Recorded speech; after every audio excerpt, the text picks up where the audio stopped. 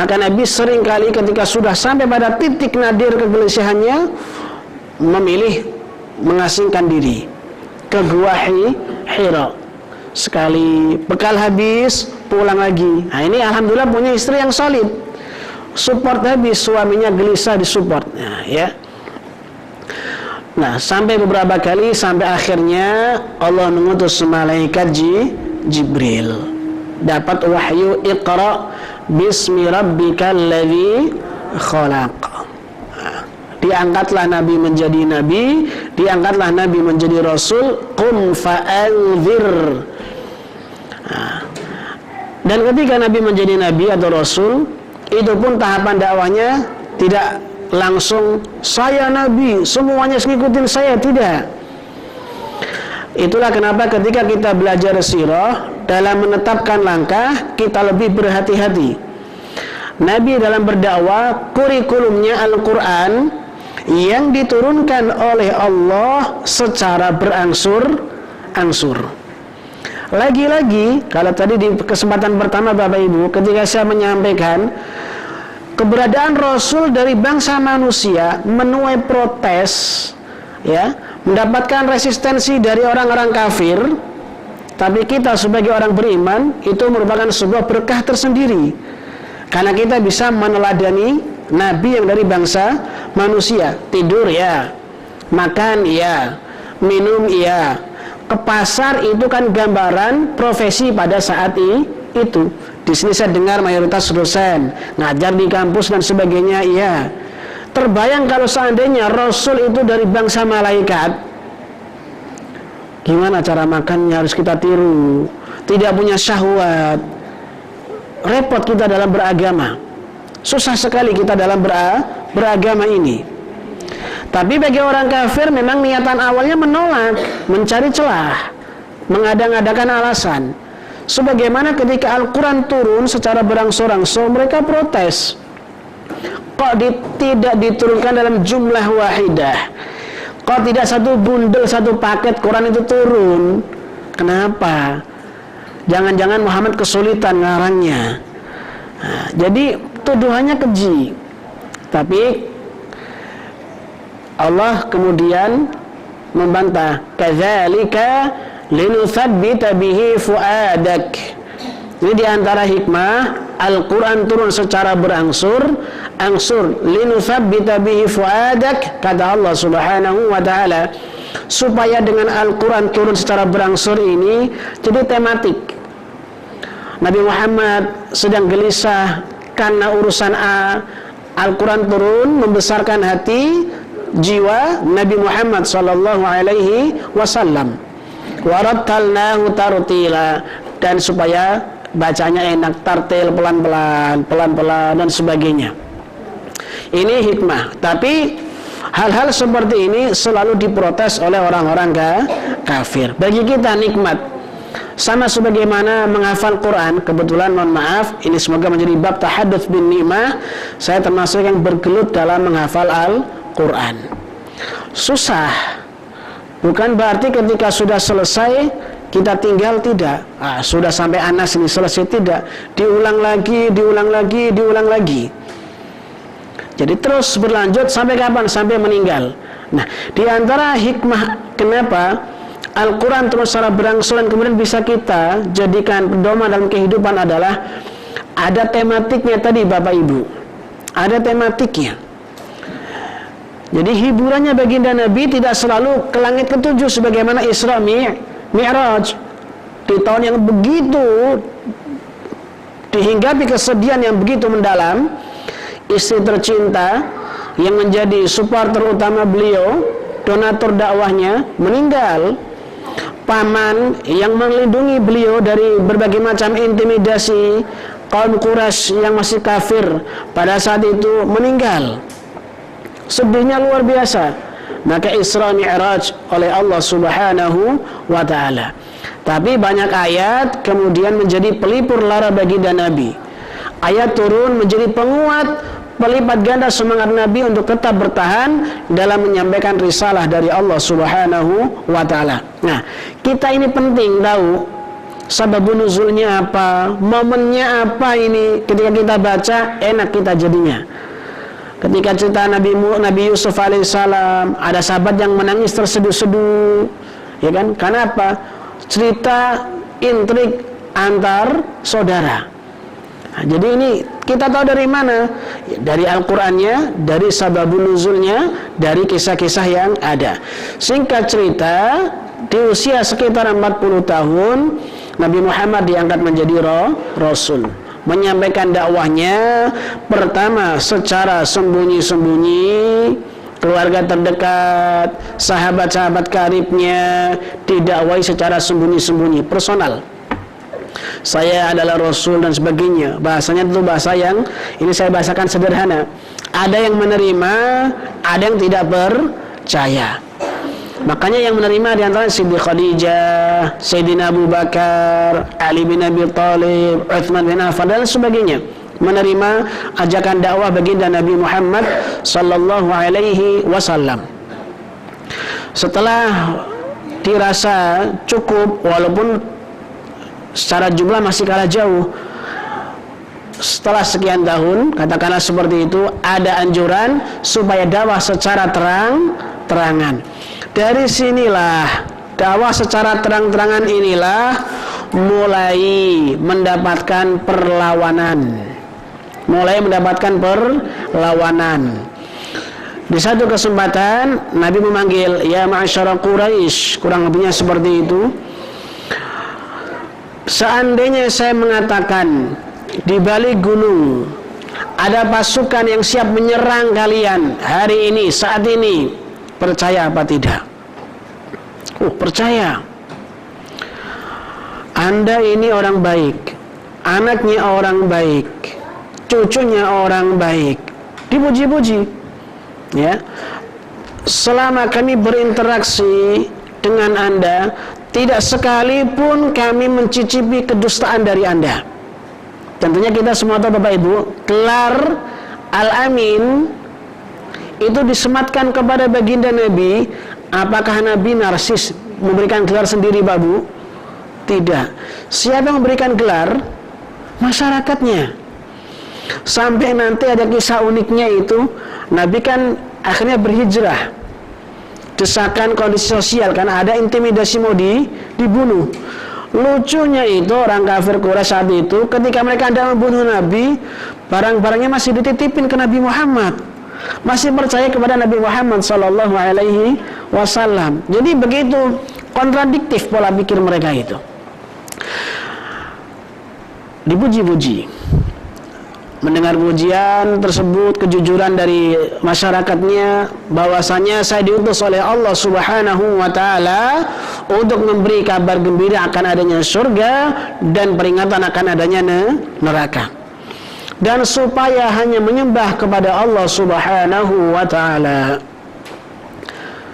Begitu selesai mengucapkan kata-kata tersebut, muncul kegaduhan. Utamanya Abu Lahab, paman Nabi Muhammad sallallahu alaihi wasallam. Komplain keras, protes keras, tabban laka ya Muhammad, ali hadza jama'tana. Pokoknya bahasanya maki-maki lah Pak Bu, begitulah, nggak enak kalau disampaikan di sini pokoknya lah, ya. Mungkin kalau orang-orang kampung fasih kalau menjelaskan bahasa kita. Cuman gara-gara ini kamu ngumpulin kita, mendingan dagang, mendingan ngobrol, nongkrong lanjut gitu. Karena kan di antara kebiasaan bangsa Arab saat itu kan nongkrong. Makanya begitu Nabi memberikan arahan, iyyakum wa turuqat, hindari nongkrong-nongkrong ke pinggir jalan, susah ya Rasul. Karena menjadi budaya saat itu. Maka kata Nabi, kalau begitu berikan hanya jalan. Kalau ada orang lewat jangan dipelototin. Ada yang lewat kasih salam atau menjawab salam. Kalau belum bisa ditinggalkan keseluruhan, tinggalkan beberapa yang bisa mendatangkan madarat besar. Abu Lahab protes. Ini paman Nabi sendiri Bapak Ibu. Bahkan Abu Lahab ini dikisahkan saat Nabi Muhammad lahir menjadi pribadi yang bahagia, langsung sedekah, kasih makan orang miskin, budak dibebaskan. Makanya ke dalam satu riwayatnya Ibnu Abbas, kalau tidak salah ingat saya, tapi bukan hadis Nabi ya, tapi qaul sahabat. Dan bermimpi Abu Lahab itu di waktu tertentu, utamanya di waktu kelahiran baginda Nabi, azabnya sedikit mendapatkan dispensasi, keringanan. Loh kok diringankan? Karena dulu saya itu senang ketika Muhammad, waktu itu belum tahu kalau Nabi itu lahir, langsung sedekah ini, bilang ke budaknya, jariyahnya, bagi-bagi makanan. Ponakan saya lahir ini, ponakan saya lahir, senang dia. Nah, tapi ini qaul sahabat, bukan hadis Nabi Muhammad sallallahu alaihi wasallam. Nah, di momen itu marah-marah kepada Nabi, merasa pamannya juga, malu juga mungkin saat itu, ngomel. Omelan yang disampaikan oleh Abu Lahab langsung dibalas oleh Allah dalam sebuah surat yang kita semuanya hafal insyaallah. Tabbat yada abi lahabi wa tab. Ini sebuah vonis dari Allah bahwa Abu Lahab dan istrinya yang hammalatal hatab, kompor bahasa kita Bu. Nah, mohon maaf karakter perempuan Bu secara umum Bu, di sini enggak insyaallah ya. Hammalatul hatab kan dulu kan masih pakai tungku begitu Pak Bu ya. Pakai kayu bakar. Jadi sukanya kan kemana-mana ngadu domba, gunjing orang dan seterusnya.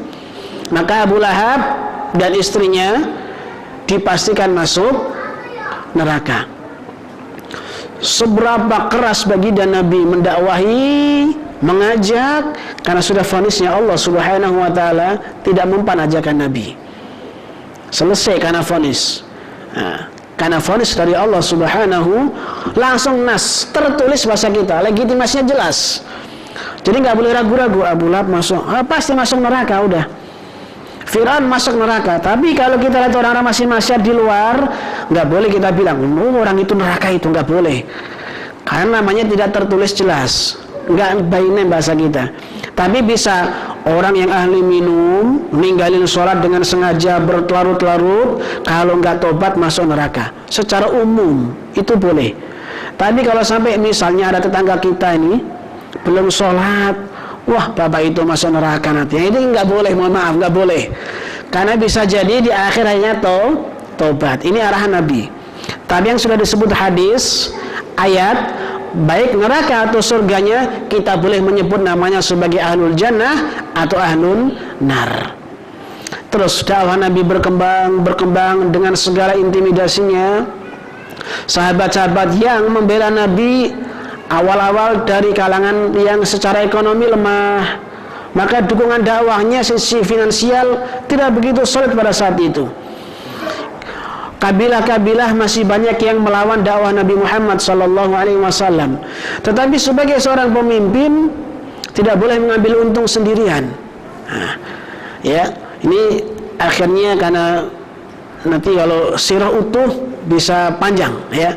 Jadi karena kita kisah inspiratif, saya akan mencoba menjelaskan Nabi dari beberapa perspektif. Pertama, sebagai pribadi Nabi dengan Allah Subhanahu wa taala seperti apa hubungannya? Kedua, Nabi, bagaimana interaksi Nabi bersama sesama makhluk Allah, sahabat-sahabatnya, keluarganya, bahkan bersama yang secara akidah belum sama dengan baginda Nabi Muhammad sallallahu alaihi wasallam. Yang pertama adalah bagaimana Nabi dengan segala privilege yang telah Allah berikan, karuniakan, maksum, dijamin masuk surga, begitu Pak Bu ya.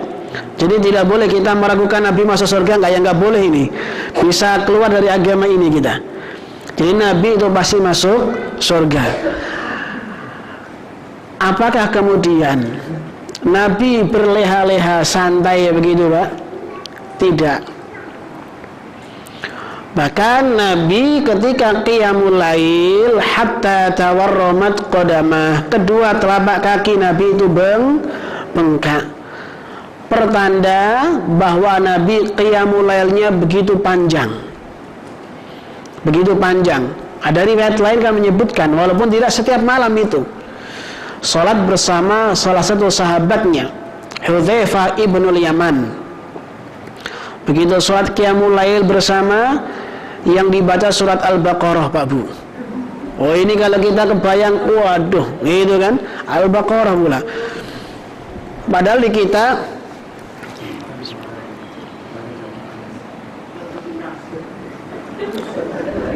di masyarakat kita secara umum, saya katakan secara umum, karena beberapa sudah mulai artinya terbiasa atau bisa menerima bacaan yang agak panjang.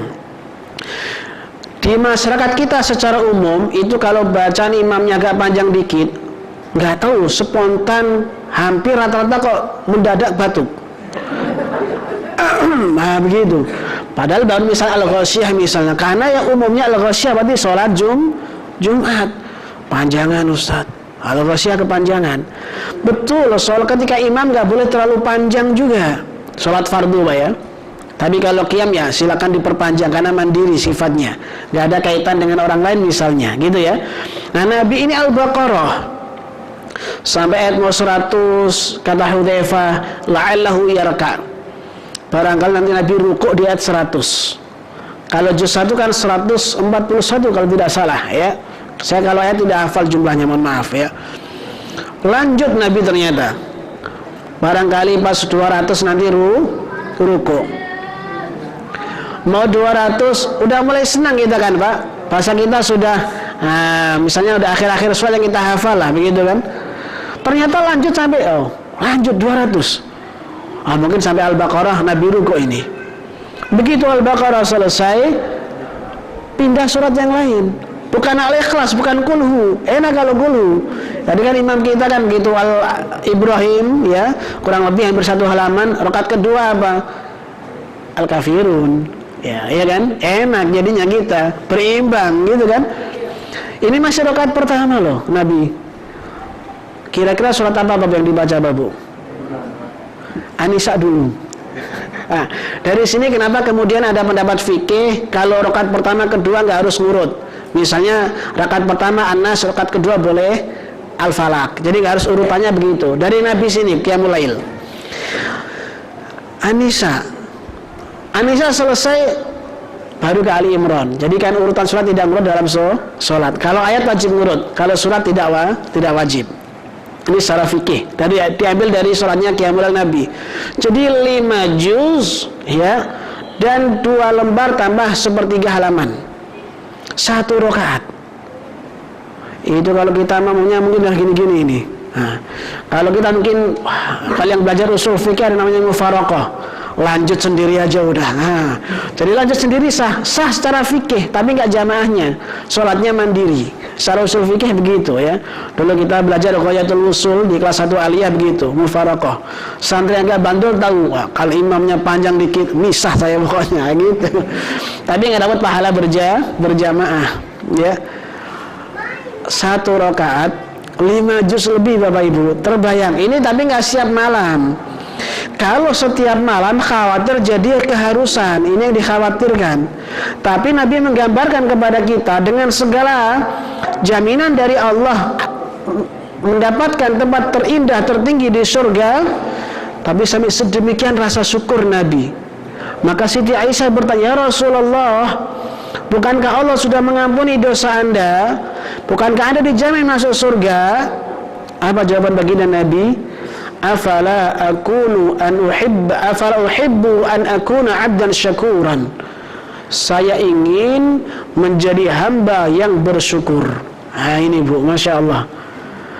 Jadi sudah dijamin surga, tapi rasa syukurnya yang dimiliki baginda Nabi justru ditingkatkan. Bahasa kita mungkin memantaskan diri. Nah gitu. Ini salah satu gambaran akhlak Nabi kepada Allah Subhanahu wa ta'ala. Kenapa? Nabi itu role model betul, uswatun hasanah. Allah langsung yang merekomendasikan, legitimasi dari Allah. Jadi kalau sampai leha-leha repot urusan nanti. Maka Nabi pun dibekali sedemikian rupa. Nah, terlebih di antara hadis Nabi apa? Innama bu'ithu liutammima makarimal akhlaq. Dan akhlak itu, interaksi itu antara kita sesama makhluk dan juga antara kita kepada Allah Subhanahu wa taala. Karena kita juga punya hak yang kita peroleh dari Allah, juga punya kewajiban kepada Allah Subhanahu wa taala. Kewajiban kita apa? Menyembahnya, tidak menyekutukannya. Hak kita apa kalau sudah melakukan itu dengan segala turunannya, salat, puasa, zakat bagi yang telah memenuhi syarat, haji bagi yang mampu, surga hak kita. Ini kepada Allah Subhanahu wa taala. Maka Nabi membuktikan itu, mencontohkan itu. Dan dari situlah diantaranya Allah memuji baginda Nabi, wa innaka la'ala khuluqin azim. Surat Al-Qalam ya. Ketika Aisyah istri beliau ya, ini juga peran perempuan dalam menyampaikan akhlak-akhlak Nabi di rumah kan perlu ya. Ditanya sahabat yang lain, bagaimanakah akhlaknya Nabi? Ama tara qala Allah, bukankah kamu baca firman Allah, wa innaka la'ala khuluqin azim?